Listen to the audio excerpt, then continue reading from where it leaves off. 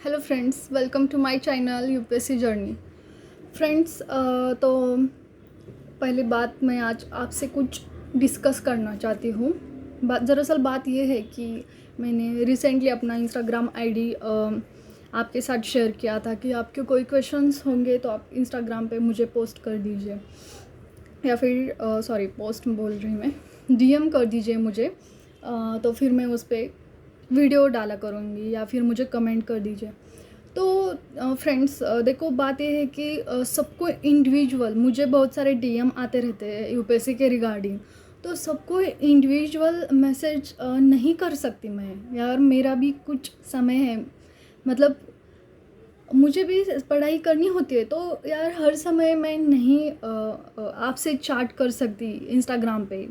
जब मुझे कोई मैं जब शाम को लाइब्रेरी से घर तक आती हूँ तो मैं पैदल आती हूँ, तो उस समय मैं सारे मैसेज देख लेती हूँ, सारे क्वेश्चंस पढ़ लेती हूँ और उन पे वीकेंड पे मैं वीडियो बनाती हूँ। तो ये रूटीन है। तो फिर आप लोगों को लगता है कि नहीं, मुझे उसी समय चाहिए, मेरे जवाब का, मेरे क्वेश्चन का आंसर मुझे उसी समय चाहिए, तो ये पॉसिबल नहीं है मेरे लिए। तो फिर फ्रेंड्स, मैंने अपना इंस्टाग्राम अभी अनइंस्टॉल कर दिया है। प्लीज़ आपके कोई भी डाउट्स होंगे तो आप कमेंट कर लीजिए। अगर आपके रियल में सच में आप जेन्युइन हो और आपको सच में डाउट होंगे तो आप कमेंट कर दीजिए। मैं definitely I will try my best to solve them. And friends, ये यूट्यूब पे वीडियो डालने का और एक मकसद है मेरा, वो है कि देखो जो मेरे साथ हुआ है पास्ट में, वो मुझे लगता है कि किसी और के साथ नहीं होना चाहिए, इसीलिए मैं यूट्यूब पे वीडियो बनाती हूँ।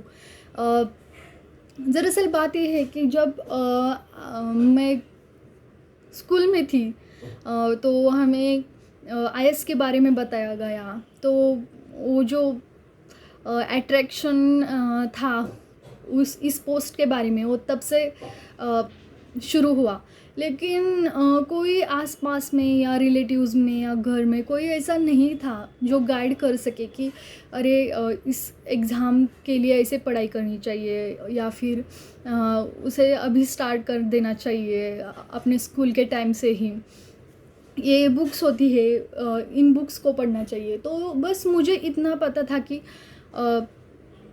आईएएस होने के लिए आपका ग्रेजुएट होना बहुत ज़रूरी है, और ये मैं ग्रेजुएशन में थी तब तक मुझे कुछ भी पता नहीं था कि एनसीईआरटीज़ क्या होती है, क्योंकि देखो मैं स्टेट बोर्ड से थी और मुझे इतना कुछ पता नहीं था कि एनसीईआरटीज़ क्या होती है, या फिर ठीक है यार हम यूपीएससी की जर्नी हमारे कॉलेज टाइम से भी शुरू कर सकते हैं, तो कोई बताने वाला नहीं था। और हम मतलब यूट्यूब पे भी इतना कुछ, उस समय यूट्यूब भी नहीं था इतना। तो फिर और अब हम फॉर्चुनेट है कि हमारे पास यूट्यूब है, तो मुझे लगता है कि जो मेरे साथ जो हुआ वो किसी और के साथ ना हो। तो फिर मेरी ये थोड़ी सी कोशिश है कि भले ही एक पर्सन भी मेरे वीडियो से उसे हेल्प हो जाए तो वो भी मेरे लिए काफ़ी है। और एक चीज़ यूट्यूब पे वीडियो बनाने की मतलब वीडियो बनाती हूँ मैं, उसका और एक मकसद है कि जो यूपीएससी की जर्नी है ना, वो मेरे लिए बहुत स्पेशल है, बहुत मायने रखती है जर्नी मेरे लिए। मैं बहुत खुश होती हूँ पढ़ाई करते समय, कभी मुझे ऐसा बर्डन नहीं आता पढ़ाई करते समय कि यार कितना है, अभी कैसे करूँ, कब करूँ, क्यों करूँ, ऐसा कुछ नहीं होता। मुझे बहुत अच्छा लगता है जब मैं पढ़ती हूँ। तो फ्रेंड्स, मुझे ये सारी मेमोरीज है ना स्टोर करके रखनी है, और यूट्यूब के अलावा कोई ऐसा मीडियम मुझे अच्छा नहीं लगता कि जहाँ पे हम हमारी मेमोरी स्टोर कर सकते हैं। तो मैं तो सोच रही थी कि मेरा डे टू डे लाइफ भी मैं शेयर कर दूँ, मतलब यूट्यूब पे वीडियो डाला करूँ। लेकिन उससे ना मैंने कोशिश भी की थी, लेकिन उससे मेरी पढ़ाई पे अफेक्ट होने लगा। कि सुबह उठो और सुबह उठ के पहले क्या देखो, कैमरा ऑन करो, किताब खोलने के बजाय कैमरा को ऑन करो और दिखाओ हम क्या क्या कर रहे हैं। तो मुझे ये कुछ सही नहीं लगा, मेरी पढ़ाई अफेक्ट हो रही थी, तो मैंने वो बंद कर दिया। मतलब मैंने सोचा कि ठीक है चलो, वीक में एक बार ही डाला करेंगे, लेकिन अपनी मेमोरी ज़रूर हम स्टोर करके रखेंगे। और मुझे लगता है ये हर एक यूपीएससी एस्पिरेंट को अपनी वीडियोस बनानी चाहिए यूपीएससी जर्नी की। पता नहीं कौन होगा कौन नहीं होगा आईएएस ऑफिसर, और जब हम पीछे मुड़ के देखेंगे तो हमें हमारी मेमोरीज दिखेंगी और हमें लगेगा अरे उस समय हम ऐसे पढ़ाई करते थे। तो ये भी है वजह कि मैं यूट्यूब पे वीडियो बना लेती हूँ। तो चलो मेन मुद्दे पे आते हैं। आज का वीडियो स्टार्ट करना बहुत टाइम लिया ना मैंने, सॉरी। तो आज का वीडियो का सब्जेक्ट ये है कि हम किस सब्जेक्ट के लिए कौन सा बुक रेफ़र करें। तो हमारे 4 पेपर्स होते हैं, तो उस 4 पेपर्स के लिए जीएस के मैं कौन कौन सी किताबें रेफ़र कर लेती हूँ, तो आज मैं आपसे शेयर करना चाहती हूँ। और मुझे इस रिगार्डिंग किसी ने क्वेश्चन भी किया था कि कौन सी किताबें पढ़नी चाहिए, तो उन्होंने बस इकोनॉमी के लिए पूछा था। लेकिन मैंने सोचा कि किसी को इकोनॉमी के रिसोर्सेज जाने की ज़रूरत होगी, किसी को पॉलिटी की, किसी को हिस्ट्री की, तो मैंने सोचा कि सभी के लिए बना लेती हूँ। तो फ्रेंड्स स्टार्ट करते हैं पेपर फर्स्ट से। तो मॉडर्न हिस्ट्री के लिए तो मैं स्पेक्ट्रम यूज़ कर लेती हूँ, और बहुत अच्छी किताब है, दूसरा कुछ करने की कोई ज़रूरत नहीं है, स्पेक्ट्रम से ही सभी क्लियर हो जाता है। आर्ट एंड कल्चर के लिए नितिन सिंघानिया सर का रेफ़र कर लेती हूँ, और फाइन आर्ट्स की एनसीईआरटी पढ़ लेती हूँ। तो ये दो सोर्सेस इनफ है आर्ट एंड कल्चर के लिए। और मिडिवल एंड एंशिएंट हिस्ट्री के लिए तमिलनाडु की एनसीईआरटी कर लेती हूँ।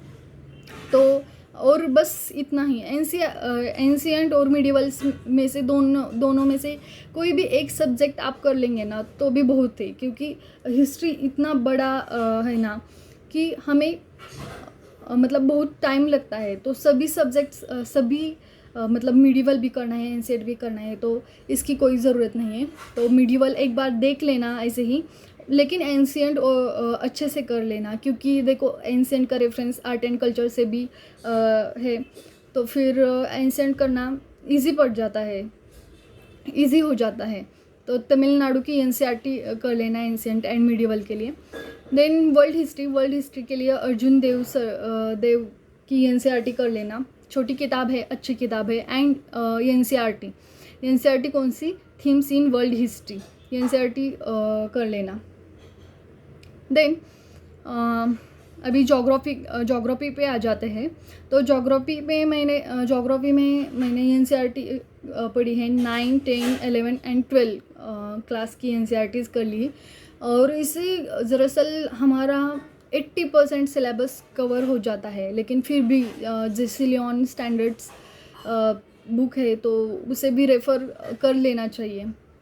तो जेसी लियोन भी पढ़ लेना। अभी सोसाइटी जो सब्जेक्ट हमारा आता है पेपर 1 में, तो उसके लिए एनसीईआरटी क्लास 12 की एनसीईआरटी कर लेना।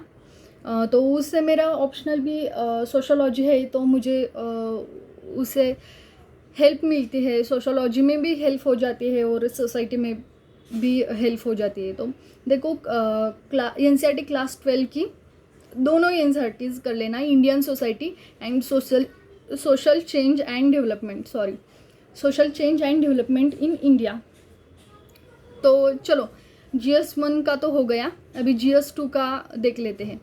तो जीएस 2 में पॉलिटी है हमारा तो सभी लोगों को लगता है एम लक्ष्मीकांत कर लो और काम हो गया, नहीं होता। मतलब आपकी प्री निकल जाएगी एम लक्ष्मीकांत से, लेकिन मेंस के जो क्वालिटी आंसर राइटिंग क्वेश्चन होते हैं ना, answer writing, quality answer writing, जिससे हमारे मार्क्स में इम्प्रूवमेंट आ सकती है, तो उसके लिए हमें एनसीईआरटी पढ़नी चाहिए, क्योंकि हमारे बेसिक कंसेप्ट क्लियर हो जाते हैं। तो ये एनसीईआरटी 6 to 12 नहीं कह रही हूँ मैं। तो ये एनसीईआरटी कब से पढ़नी चाहिए? 9, 10, 11 एंड 12 ज़रूर करना। बहुत अच्छे से कंसेप्ट क्लियर किए हैं, बहुत अच्छे एग्जाम्पल्स दिए गए हैं, और उससे हमें मेंस के आंसर राइटिंग में बहुत हेल्प मिलती है।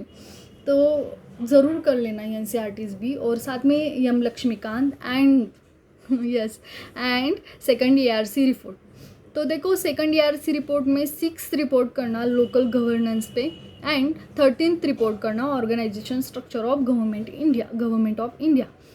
तो ये ज़रूर कर लेना तीनों रिसोर्सेस, आपकी बहुत अच्छे से पॉलिटी हो जाएगी, और आपके प्री के भी क्वेश्चंस तो आसानी से सॉल्व हो जाएंगे, लेकिन मेंस भी आप अच्छी तरह से निकाल पाओगे। अभी मैं विजन के आंसर राइटिंग, क्वेश्चन के आंसर राइटिंग कर रही हूँ ना, तो मतलब एनसीईआरटी का मुझे बहुत हेल्प होता है उसमें। तो फिर चलो नेक्स्ट। एंड और एक फ्रेंड्स, हमें 3 years action agenda NITI Aayog का वो भी कर लेना चाहिए, क्योंकि उससे भी बहुत हेल्प मिलती है। अभी आईआर पे आ जाते हैं, इंटरनेशनल रिलेशंस पे। तो उसमें ना क्लास 12 की political science, just a minute friends, हाँ, तो क्लास 12 की political science contemporary world politics, ये एनसीईआरटी है, वो कर लेना। और हमारे करंट में से करते रहना, and ministry of external affairs की वेबसाइट भी देखते रहना। और योजना तो मंथ एंड में पढ़ते हैं, तो उससे भी IR and science and tech clear हो जाता है। एंड जो मैंने कहा था GS1 में सोसाइटी के लिए जो क्लास 12 की एनसीईआरटी थी, वो भी इसमें हेल्प कर देती है, आईआर में हेल्प हो जाती है उससे भी। और अभी सॉरी, अभी आती है GS3 पे। तो फिर फ्रेंड्स, GS3 पे class 11 Indian economic development NCERT, and class 12 micro economics NCERT and Ramesh Singh, ये रिसोर्सेज मैं पढ़ रही हूँ। अभी इकोनॉमिक्स ही चल रहा है मेरा, art and culture and economics कर रही हूँ अभी मैं। दिन में 2 सब्जेक्ट कर लेती हूँ मैं। तो अभी बस इतने रिसोर्सेस GS3 के लिए काफ़ी है, मतलब इकोनॉमी के लिए, सॉरी GS3 के लिए नहीं, इकोनॉमी के लिए। देखो, class 11, class 12 NCERT and Ramesh Singh, and obviously economic survey. Then आता है उसमें सब टॉपिक डिज़ास्टर मैनेजमेंट। तो CBSE की क्लास 11 की natural hazards and disaster management की एक किताब है, बहुत अच्छी किताब है वो, आप ज़रूर पढ़ लेना उसे, और उसे ही बार बार रिपीट करते रहना। तो जब आप एक और न्यूज़पेपर मतलब करंट में से, तो आपको कोई ज़रूरत नहीं डिज़ास्टर के लिए कोई और कौन से भी रिसोर्सेस लेने की, बस इतना कर लिया इनफ है। अब इन्वायरमेंट के लिए क्लास 12 एनसीईआरटी बायोलॉजी की, उसमें इकोलॉजी यूनिट 10 है इकोलॉजी पर। तो ये मैं स्पेशली कह रही हूँ कि एक कर लो, उसमें इतना अच्छे से इकोलॉजी सब्जेक्ट पढ़ाया है, तो बहुत कंसेप्ट क्लियर हो जाते हैं उससे इकोलॉजी की। और दूसरा रिसोर्स मैं शंकर IAS रेफ़र करती हूँ इकोलॉजी के लिए, सॉरी इन्वायरमेंट के लिए, इतना इनफ है। अभी सिक्योरिटी के लिए IDSA publications on security, and second ARC में 7th report and 10th report. 10th report में टेररिज्म का है, तो बस इतना करके सिक्योरिटी भी हो जाता है, बस इतना ही करना है। और obviously current affairs and technology के लिए न्यूज़पेपर्स, द हिंदू का सेक्शन आता है साइंस एंड टेक्नोलॉजी का, उसे ही करना, बस वो उतना काफ़ी है। अभी GS4 के लिए लेक्सिकॉन, वो भी काफ़ी है lexicon. And second ERC report में से 4th रिपोर्ट 4th ही रिपोर्ट है, ethics in governance something like that title है उसका। तो वो कर लेना। एंड 10th रिपोर्ट वो भी है उसमें, तो उससे आपका इथिक्स कवर हो जाएगा। और इथिक्स ऑप्शनल एंड ऐसे आपके रैंक डिसाइड करते हैं। तो मेक श्योर कि आप ये सब्जेक्ट बहुत अच्छे से करो और इस पे बहुत टाइम सॉरी, तो इस पे बहुत टाइम अपना डिवोट करो। तो अभी बचता है topic social justice. Social justice के लिए आप योजना कर दीजिए। मतलब योजना में से सोशल जस्टिस आपका हो जाता है। और जो हम पढ़ते हैं सोसाइटी के लिए, वो क्लास 12 की NCERTs बस इतना इनफ है उसके लिए। तो और एक क्वेश्चन मुझे पूछा था, और वो क्वेश्चन था कि आपकी स्ट्रैटेजी क्या है, कि आप कैसे, मतलब ईयर की कोई स्ट्रैटेजी है क्या आपकी? तो जी हाँ, देखो मैं क्या कर लेती हूँ। मेरे जो कुछ लोग क्या करते हैं, डिवाइड करते हैं 3 मंथ्स GS के लिए और बाकी के मंथ्स ऑप्शनल के लिए, और फिर उसमें रिवीजन। तो मैं ऐसा नहीं करती। मैं क्या करती हूँ, जो वीक में से 7 डेज होते हैं तो 6 डेज मैं GS के लिए दे देती हूँ। उसमें से मैं करंट अफेयर्स डेली कर लेती हूँ। फिर मैं GS के 2 सब्जेक्ट कर लेती हूँ। एंड वीकेंड पे, मतलब संडे को मैं ऑप्शनल, पूरा दिन मैं ऑप्शनल पढ़ती हूँ। फिर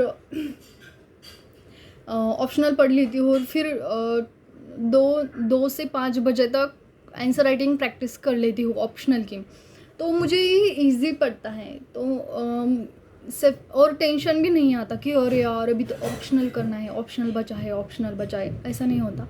वीकेंड पे हाँ, एक भले ही सिंगल टॉपिक कर लेना या फिर हाफ टॉपिक कर लेना, लेकिन पूरा ईयर आपकी पढ़ाई हो जाती है। आप GS और ऑप्शनल दोनों के टच में रहते हैं, और टेंशन भी नहीं आती कि अभी GS बचा है या फिर ऑप्शनल बचा है, नहीं आता। तो ये इजी पड़ता है हमें। और बस ऐसे पढ़ लेती हूँ मैं।